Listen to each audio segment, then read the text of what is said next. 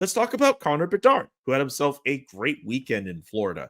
4-point game against the Tampa Bay Lightning, scores 2 goals against the Florida Panthers yesterday, including a short side goal, top shelf, or top bins, as some people might say. In any case, it's where mama hides the cookies. It's a sweet goal, and then he goes to the boards, he stares down the Florida crowd, and just gives this mean stare. And that glance, that look, that is what's going to save the National Hockey League. That's the personality that we need. Mark, what did you think of Connor Bedard's big weekend in Florida? It was awfully impressive. I mean, he's been really good since jump.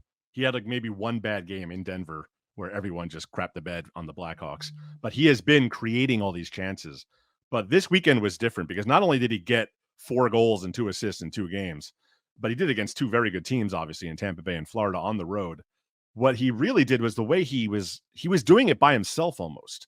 Like his first handful of goals this year were all, I'm open and in space, feed me the puck. I'm going to use my phenomenal shot to just beat a goalie straight up, which we know he could do. He came into the NHL with maybe the second best shot in the league after Austin Matthews. He was ready-made in that. But all 4 of these goals were him attacking this weekend. He muscled aside Victor Hedman, who is, I think it was 9 inches and 61 pounds heavier than him, to get a goal on the inside after on the forecheck, and then creates a play, and then he boxes out Victor Hedman. The second one, he stripped Nikita Kucherov at center ice to spring a 2-on-1 with this ridiculous little backhand, and then finish it off up close with a nice little forehand backhand move. And then, God, yesterday in Florida, the first goal where he stripped, I think it was Stenlund, he didn't even stick handle. He lifted Stenlund's stick, who's another big dude, 6'4" dude, lifted his stick, kicked the puck to get control of it, and then one-timed it off his foot into like a ridiculous angle from along the goal line over Bobrovsky's head. Ridiculous goal. And then his last goal was another one where he just pounced on the puck and then just dives in on net. Like, these were not, puck movement goals. These were not, I'm wide open in space, I'm going to beat you goals. These were creation goals. He was attacking. He was aggressive. He was assertive. He was just completely taking over.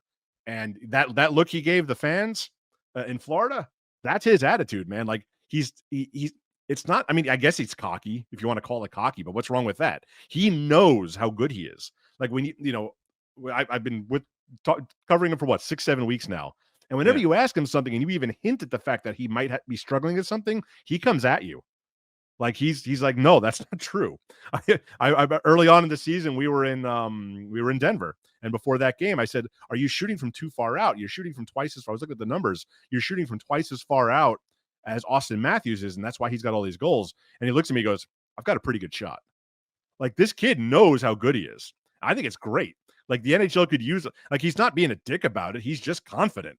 He believes in himself. He's an 18-year-old who knows he's already one of the best players in the world. How cool is that?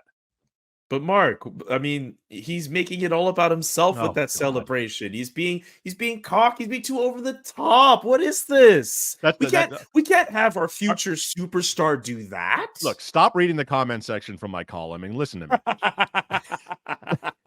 Yeah, he scored a goal the other last week, and he did the Patrick Kane celebration. Went down on one knee, and it was like shaking his fist. Like, this kid's having a blast out there. What's so bad about that? Like, he kind of like, this was the weekend where he became fully formed as an NHL player, and he knows it, and it probably feels awesome. Good for him. It's not like he was flipping off the fans. He was staring them down. Like, what? What are you going to do about it? It's great. That must be so cool to have the ability of an incredible just athlete in any sport, and to score and to look at a crowd, and especially if it's a visiting crowd, be like, what now? You stretch out your arms and you look up at everyone. You're like, what now? What are you going to do? You can't do anything about it. Like, look, I would kill to have that moment. Even if you're playing pickup basketball, it's always more fun to not celebrate than celebrate. When you hit like a badass shot and you just walk away and you just stare at them, that's always more satisfying than like pumping your fist and high-fiving and chest bumping. No, you just like nothing. Oh, I just sank an 80-foot putt, drop the putter and leave. That's the way to do it. I did that this summer. I scored a goal, and then I just walked off, and just other people coming at me trying to celebrate. I'm just walking. I was just like, this is the most badass I've ever felt in my life. It's crazy. When Matthew Tkachuk in the playoffs last year, he kept scoring walk-offs and just ran off the ice. He went straight down the tunnel. That's the best. Who doesn't love that?